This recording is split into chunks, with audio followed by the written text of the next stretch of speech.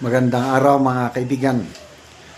Laman ngayon sa foreign media, headline stories, ang panalo ni VP Sara sa Supreme Court, yung pagbasura ng kanyang impeachment bids, impeachment complaint. Ano? Ito, tatlo lang yung nabasa ko muna. No? Time Magazine, title, How a Philippine Court Handed Duterte Family Another Victory. Yun, Time Magazine yan ha. Next, Arab News. Philippines Top Court voids impeachment complaint against VP Duterte.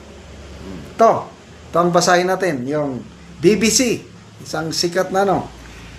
Philippine Court strikes down landmark impeachment bid against Sara Duterte. Ito, isa lang ang basahin natin. Dahil hindi natin makayalat. Ayan o. BBC News. The Philippine Supreme Court has blocked an impeachment trial against Sara Duterte, marking a victory for the country's Vice President. Sikat. Ito naman, nakakaya. Lower House. The lower house of the Philippine Parliament had voted to impeach Duterte in February after she was accused of misusing public funds and threatening to kill President Ferdinand Bongbong Marcos Jr. But a court spokesperson told reporters on Friday the impeachment vote violated a constitutional ban on having multiple impeachment proceedings in a year. At a press conference on Friday, the court said it was not absolving Duterte of the charges he faces, but the ruling means he has been granted a reprieve from possible ousting at least until February of 2026. This also gives her more time to gather support for a possible presidential run. Presidential run in the crucial run-up years to the 2020 general elections. Had the impeachment vote gone against her, Duterte would not have been able to run for president. The ruling is the latest development in the dramatic Duterte Marcos saga, which has seen them go through from allies to foes. Both children of powerful former leaders, the two had joined hands in 2022 to form a political super alliance known as the Unity Team. But after the two swept to victory, the cracks soon began to appear.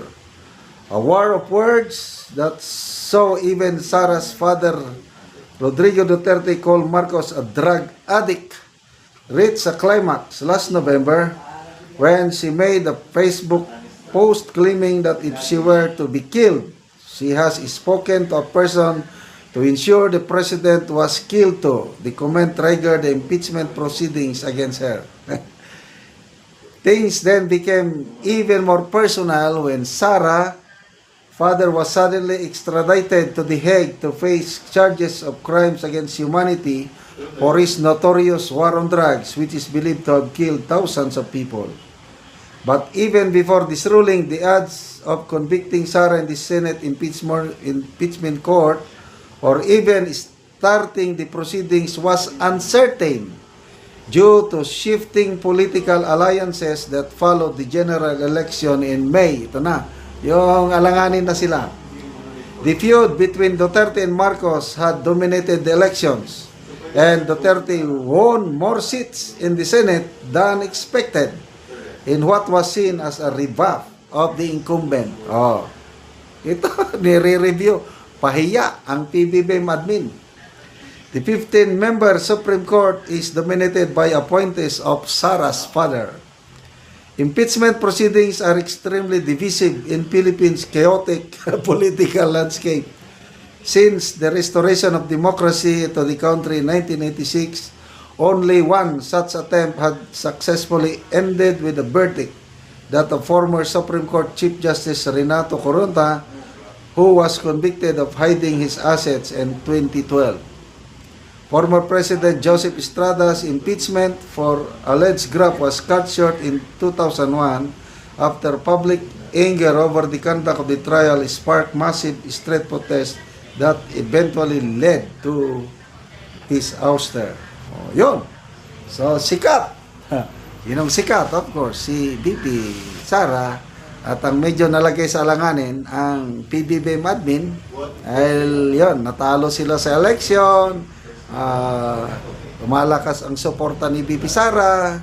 Ito talagang victory not only for BP Sara but for democracy, dahil hindi naman inabsuelto ng korte yung mga accusation kay BP Sara, kundi dapat sundin ang konstitusyon na violate ng Kamara yung 1-year bar rule.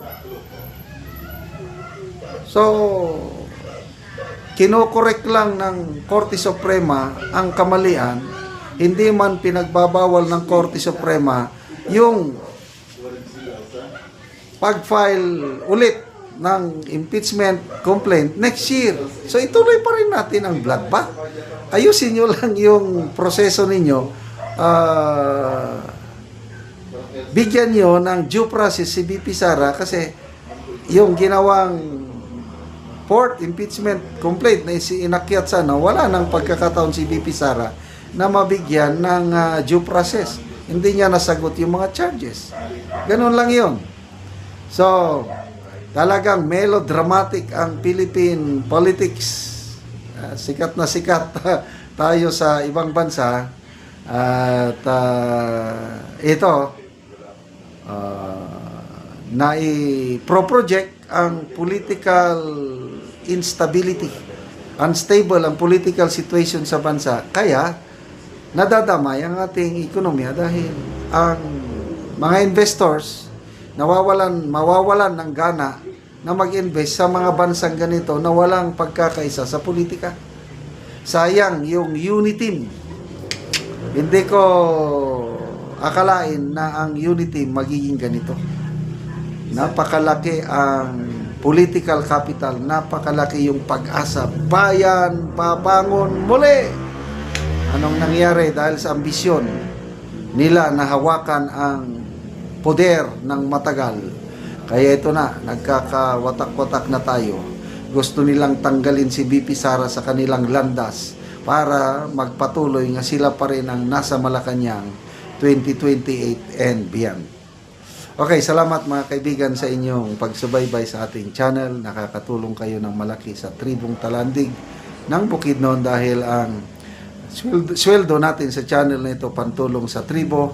Namimigay tayo ng mga libreng yero at pako para makapagpatayo ng mas maayos na tirahan ang Tribong Talandig. Panoorin nyo ang video na ito. Ang yero nga ihatag namo sa mga tao, katong itabang sa mga tao nga nagkinahanglan sa ilang balay.